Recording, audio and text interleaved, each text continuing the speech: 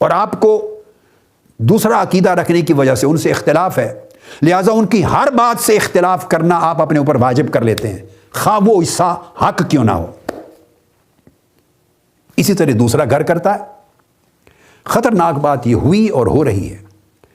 کہ پھر لوگ یہ سمجھتے ہیں، اور حتیٰ کہ اہل علم بھی اس کی زد میں آ گئے،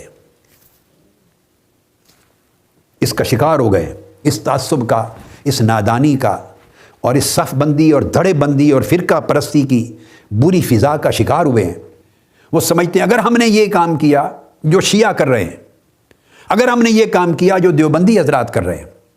دیوبندی سمجھتے اگر ہم نے یہ کام کیا جو بریلوی کہلانے والے اہل سنت وہ کر رہے ہیں، اگر ہم نے یہ کام کیا جو اہل حدیث مکتب فکر کے لوگ کہہ رہے ہیں، وہ سمجھتے ہیں اہل حدیث حضرات کہ اگر ہم نے یہ بات کہی زور دے کر جو اہل سنت حضرات یا اہل تشیع حضرات کہہ رہے ہیں ہر ایک دوسرے کے بارے میں، حالانکہ دوسرے مسلک کا ہونے کا مطلب یہ نہیں ہے کہ 100% اس کی ہر بات غلط ہو گئی، گمراہی ہو گئی، ایسا نہیں ہوتا۔ ہر ایک کے یہاں کچھ چیزیں درست ہوتی ہیں، کچھ غلط ہوتی ہیں، کچھ میں مبالغہ کر دیتے ہیں لوگ، کچھ میں تفرید کر دیتے ہیں، کچھ میں افراد کر دیتے ہیں، کچھ میں حد سے آگے بڑھ جاتے ہیں، کچھ میں حد سے گھٹ جاتے ہیں۔